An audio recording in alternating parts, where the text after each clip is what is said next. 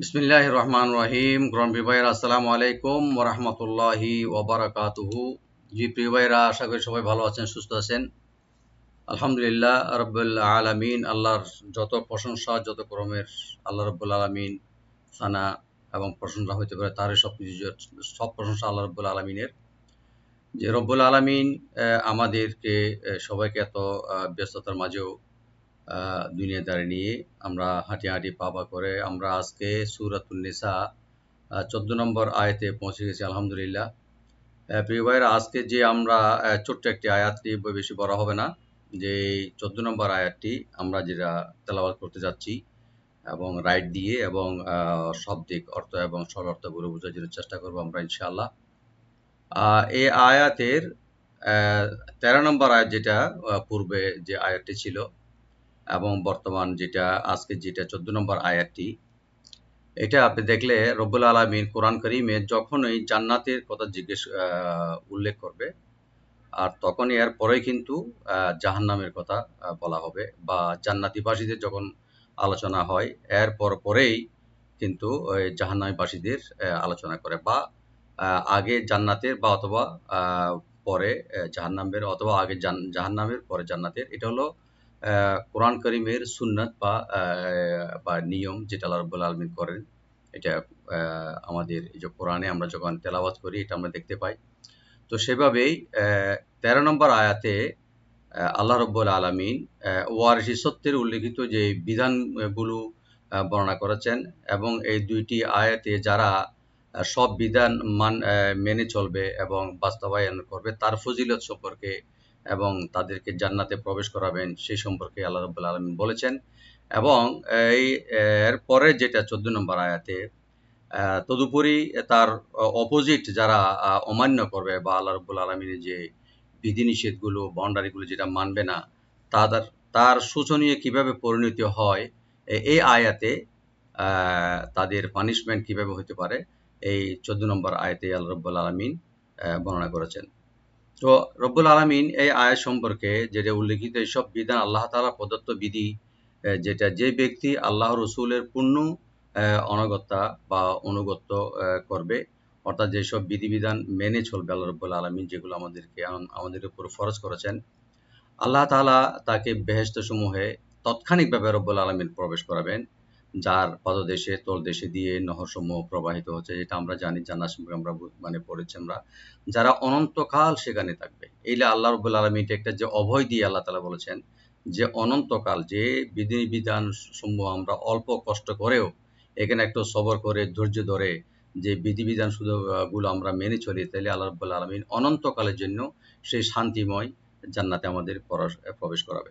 এটা হলো বিরাট একটা সাফল্য, যে রব্বুল আলামিন এবং আল্লাহ এবং তার রাসূল সাল্লাল্লাহু আলাইহি ওয়াসাল্লামের কথা মানবে, এবং যারা তদুপরি যারা আল্লাহ এবং রসুলের নবী পাক সাল্লাল্লাহু আলাইহি ওয়াসাল্লামের কথাগুলো মানবে না, তার বিধি লঙ্ঘন করবে, অর্থাৎ মেনে চলাকে জরুরিও মনে করবে না, এটা হলো কুফরি যারা কাফের, ওদের জন্য তাকে দোজখের আগুনে প্রবেশ করাবেন তাৎক্ষণিকভাবে, সে সেখানে অনন্তকাল ভাবে এবং অপমানজনক অপমানকর শাস্তি হিসেবে, yani মুহিন, যেটা অপমানকর, যেন লজ্জিত ভাবে, যেটা লজ্জিত হয় এক তো শাস্তি হবে এবং অপমান করে শাস্তি দেওয়া হবে, সেখানে অনন্তকাল থাকবে। যেভাবে জান্নাতে অনন্তকাল থাকবে এবং জাহান্নামেও কিন্তু ওরা অনন্তকাল হিসেবে থাকবে।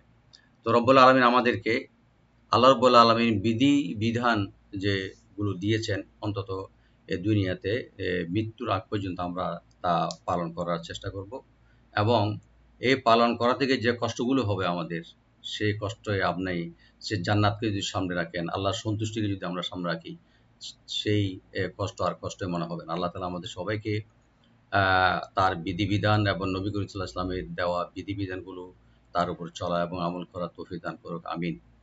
আমরা এই আয়াতের শাব্দিক এবং রাইট দিয়ে আমি তেলাওয়াত করার চেষ্টা করব। আমরা যথাসময়ে ইনশাআল্লাহ তা প্র্যাকটিস করে পাঠিয়ে দেবেন ফিডব্যাকের জন্য।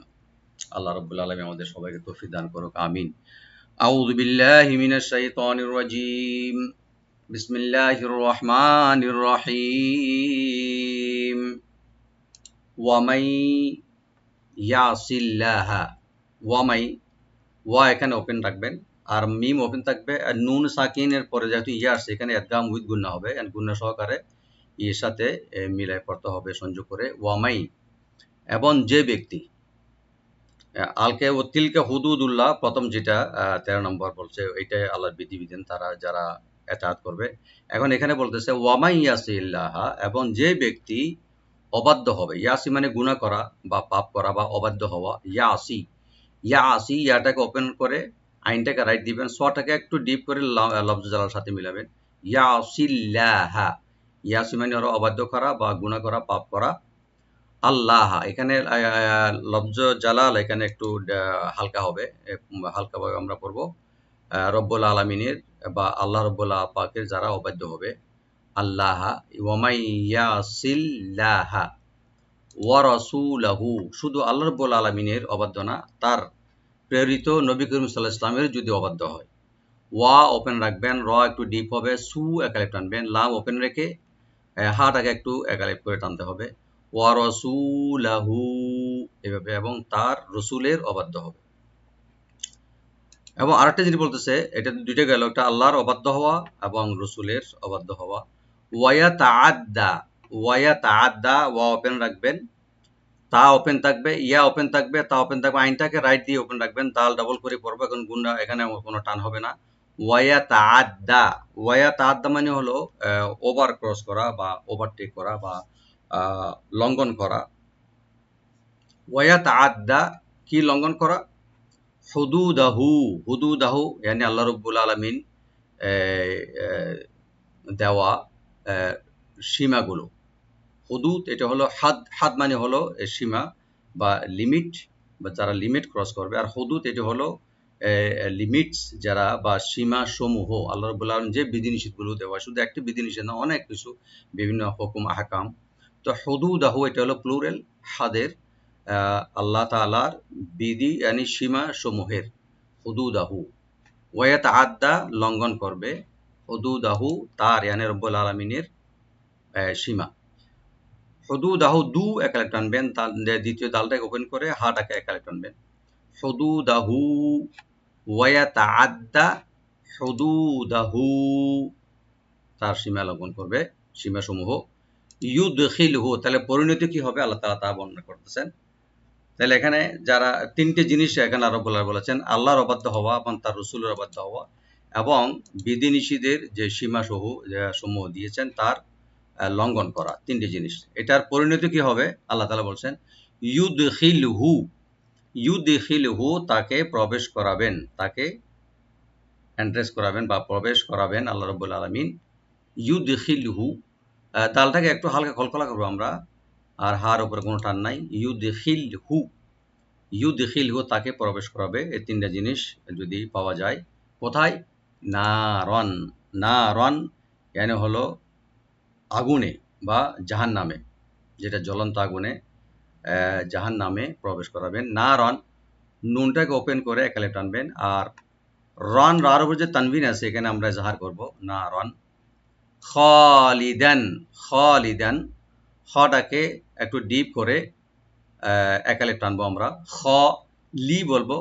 আর দালের উপর যে তানবিন আছে আমরা এখানে লাইট গুণা করবো, একটু হালকা গুণা হবে। খালিদান, ওদেরকে জাহান্নামে প্রবেশ করাবেন কিছুদিনের জন্য না, ফর এভার यानी চিরস্থায়ীর জন্য। খালিদান, যেমন নাকি আপনাকে জান্নাতে প্রবেশ করাবে চিরস্থায়ীর জন্য, চিরস্থায়ী হিসাবে, স্থায়ী হিসাবে, এখানেও কিন্তু যারা জাহান্নামী হবে তাদেরকেও প্রবেশ করাবে খালিদান। यानी এখানে বের হওয়ার কোনো অপশন আল্লাহ রাব্বুল আলামিন রাখবেন না। খালিদান, আল্লাহ তাআলা আমাদেরকে জাহান্নাম থেকে বাঁচান, আল্লাহুম্মা আজিরনা মিনান নার ইয়া রাব। খালিদান यानी চিরস্থায়ীভাবে। ফিহা ফি একালে টানবেন, হাটাকেও রাইট দিয়ে একালে টানবেন। হা রাইটটা হলো গলার শেষ থেকে আসবে। ফিহা, এবং ওই জাহান্নামে ওরা চিরস্থায়ী থাকবে। চিরস্থায়ী থাকবে, শুধু ওখানে রাখবে না, ওখানে আরো কিছু হবে। ওয়ালাহু, এবং তার জন্য হবে, এবং তার জন্য। ওয়া ওপেন রাখবেন, লাম ওপেন থাকবে, হাটাকে একালে টানবেন। ওয়ালাহু, এবং তার জন্য আরো কিছু থাকবে, यानी এক্সট্রা থাকবে। আযাবুম মুহিন, আল্লাহ পানা যায়, আল্লাহ আমাদের পানা দেবে, আল্লাহ আশ্রয় চাইছি তোমার রহমতের।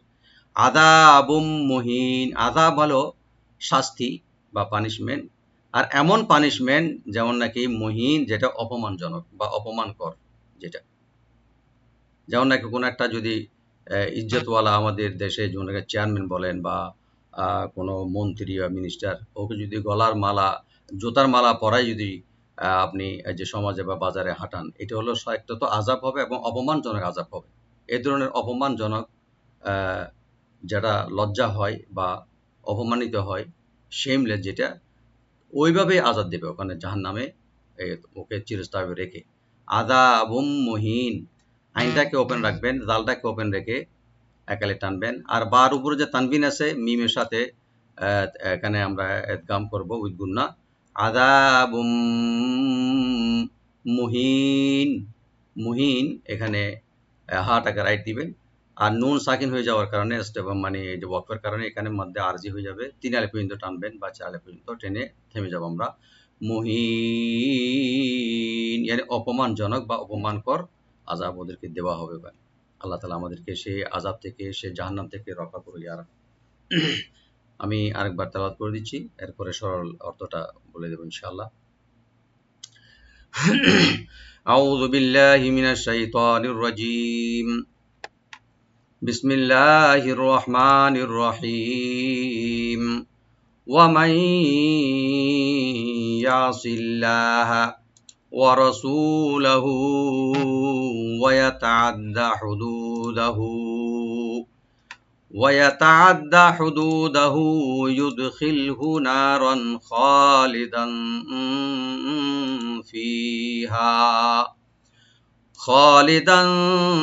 فيها وله عذاب মুহিন। সাদাকাল্লাহুল আযীম।